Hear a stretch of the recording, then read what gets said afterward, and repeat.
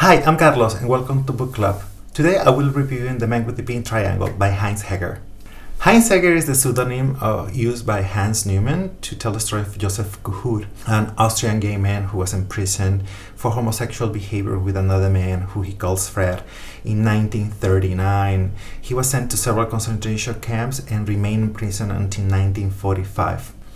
So the book is the first-person account of Kuhur's time during this time, for which Neumann gathered over 15 interviews between 1965 and 1967. The real name of Joseph Kuhur was revealed after his death in 1994. So I originally encountered this book, of all places, on Tumblr on a post that was talking about the Holocaust Remembrance Day, and that focused on the minorities that are often left outside of the main narrative of the Holocaust, and recommended this book as a further reading, which I found very useful. So in order for us to understand why Kuhur was imprisoned in 1939 for homosexual behavior with another man, we have to understand that this behavior was penalized under the criminal code in Germany at the time.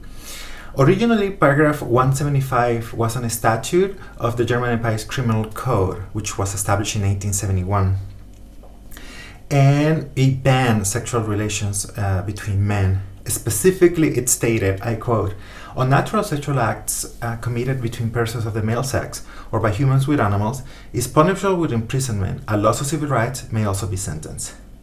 So according to the U.S. Holocaust Memorial Museum, the German criminal system interpreted the term unnatural sexual acts narrowly, which meant that men could only be convicted for violating the prohibition against sexual relations if it could be proven that they engaged in intercourse-like acts, which meant that police forces had to catch them in the act. So this made it really difficult for police forces to actually enforce paragraph 175. This gave room for homosexual behavior to not be penalized. Actually, there's a great documentary called Paragraph 175 that talks about the times before the Nazi regime and specifically after 1918, after the First World War, that there was a great air of liberation, of openness, specifically in Berlin. So the Nazis reformed Paragraph 175, making it broader and vaguer. They rephrase it in the following way, I quote, "A man who commits sexual acts with another man or allows himself to be misused for sexual acts by a man will be punished with prison." So basically, this allowed the Nazi regime to imprison men for intimate behavior such as a look, holding hands, etc., because the term was a little more broader and not necessarily restricted to intercourse-like actions. It's in this context that the chief of German police, Heinrich Himmler, deemed homosexuality a public scourge. He actually established a central office for combating homosexuality and abortion. According to multiple sources, around 100,000 individuals were prosecuted under paragraph 175 during this time. Around 10 to 15,000 were sent to concentration camps, and 2/3 perished there. Paragraph 175 ceased to be implemented in 1969 in West Germany and in 1994 in East Germany after reunification. It is in this context that Joseph Kuhur was imprisoned for homosexual behavior with another man and went on to serve 6 years of imprisonment in several concentration camps.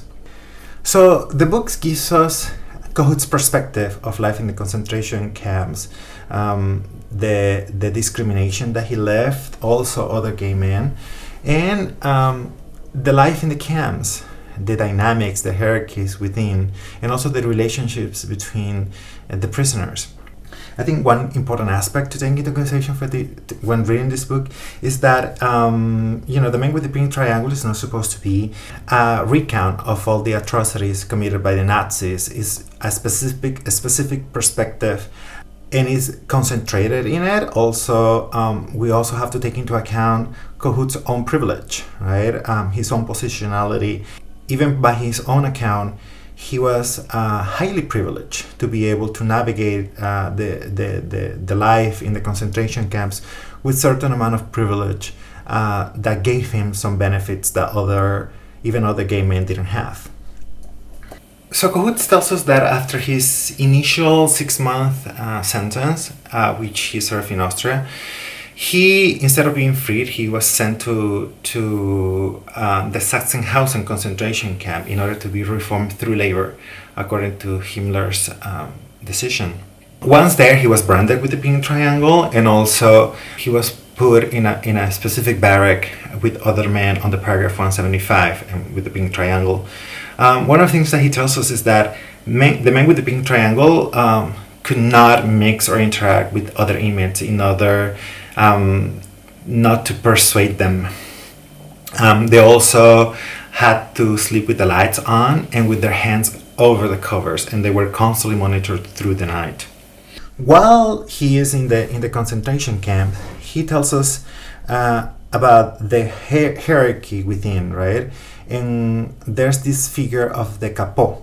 And the capot is basically this prisoner who has a little more authority than the rest, the general population, and who is in charge of keeping order, and also in some cases is actually the person in charge of work teams, right? I think from the very beginning, from his first weeks in the Sachsenhausen concentration camp, he enters in a sexual relationship with a couple under coercion, of course, in order to guarantee himself more security, also food rations, and safer jobs in some instances.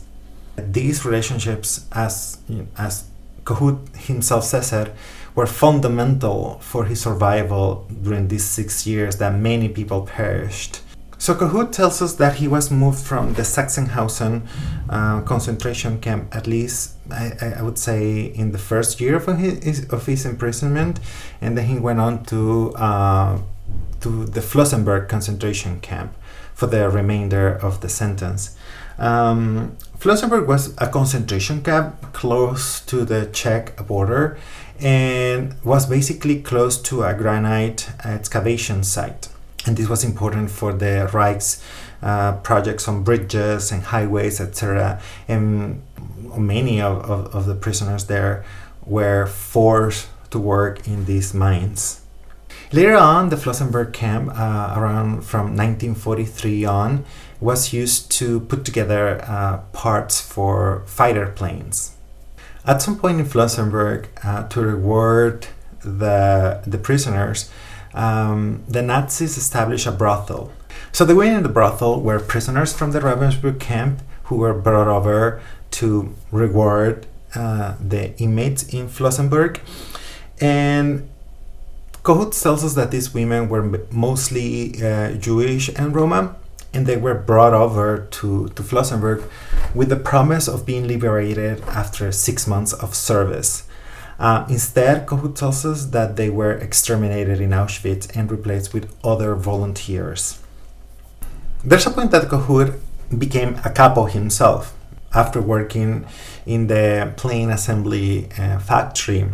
The fact that he was the only pink triangle capo, right, the pink triangle leader, caused an annoyance in the leaders in the camp, right, and wanted to eliminate him in any shape or form. And one of these was through castration, but he declined that offer, and found out that the men that actually were castrated, instead of being liberated, they were sent to the battlefront to fight for Germany against Russia. I think this book is a fundamental part in piecing together the narrative of the Holocaust, especially because at the time this book came out in 1972, but still now, narrative of homosexual men during the Holocaust, Roma people with disabilities are often neglected. I think one of the important things that Cahoot tells us is that by the time of the interviews in the 1960s, but even by the year 2000, when we saw the paragraph 175 documentary, there weren't reparations. There weren't reparations for homosexual men incarcerated under paragraph 175 during the Holocaust. Also, Kohout tells us that he tried to get his time during his imprisonment, during these 6 years, to count towards his pension, and that was not accepted. So many of these men suffered these great injustices even after the war was over. One of the little pieces that we see through the book, even though it wasn't Kohout's experience, is that many men went on to continue to be incarcerated. And I think here there's a great film that came out last year. I think it's in theaters now. Again, it's called Great Freedom, or Grosse Freiheit, by Sebastian Mais. This is a really interesting film. It kind of shows us the aftermath of men that were incarcerated under paragraph 175, and the struggle that they still face after, going through the experience of the lager. This is one of the great wounds in Germany. In paragraph 175, the documentary shows us those people that were put in concentration camps because they were gay. And the pain that they still carried, the trauma that they still carried because of that. As hard as it was, the concentration camp, the aftermath in some cases was still harsh, right? Not only because they weren't recognized, but also because they continued to be punished. In some cases until 1989 in East Germany. So I completely recommend this book, and also the films that I mentioned, the documentary, paragraph 175, and Great Freedom. This is a very important narrative. It's an important remembrance. I think for me, The Man with the Pink Triangle is an act of reclamation, and still, some 50 years after this book was released, it made an impact on me. And I think that's a testament of Kohout's bravery. I think one important, addition that I should say, that this book is a little hard to find. In English, it's kind of expensive, and I didn't seem to find. I don't think it's currently in print, but I was fortunate enough to find it in Italian. Gli uomini con il triangolo rosa. And I think this was very helpful. This is a very short book, right? Actually, it's less than 200 pages. And the Italian edition brings an additional section regarding fascist Italy, right? And although it's very short and it's very academic in its styling, I think one thing that was clear to me is that these policies, discriminatory policies against the gays, were not as heavily instituted as in Germany, but still there were some levels of persecution, and also because it was based mostly on shame and religion-based shame, it had very enduring effects on homosexual men in Italy. So this is an interesting addition, and I really recommend this book. So thank you so much for tuning in. I hope you liked this first book review, and also I'll see you in the next one. Thank you.